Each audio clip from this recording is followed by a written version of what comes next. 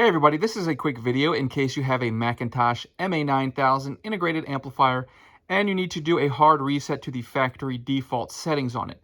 Now there are two main reasons you would want to do this. The first one is troubleshooting.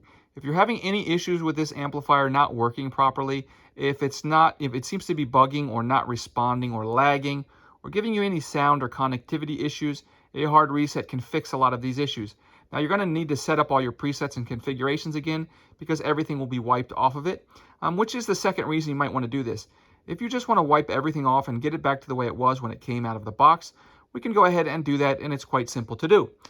So all we're going to do is, with the amplifier turned on, we're going to come here and we're going to press and hold the input dial until the setup mode appears on the screen. Once the setup mode appears on the screen, then we're going to be able to turn the input dial until we get to a screen that says factory reset hold input. And so when that happens, then we can go ahead and press and hold the input button until it will eventually say, if we let go beforehand, it will cancel out. But if we continue to hold the input, it will eventually say, instead of going from factory reset to hold input, it will say factory reset in progress.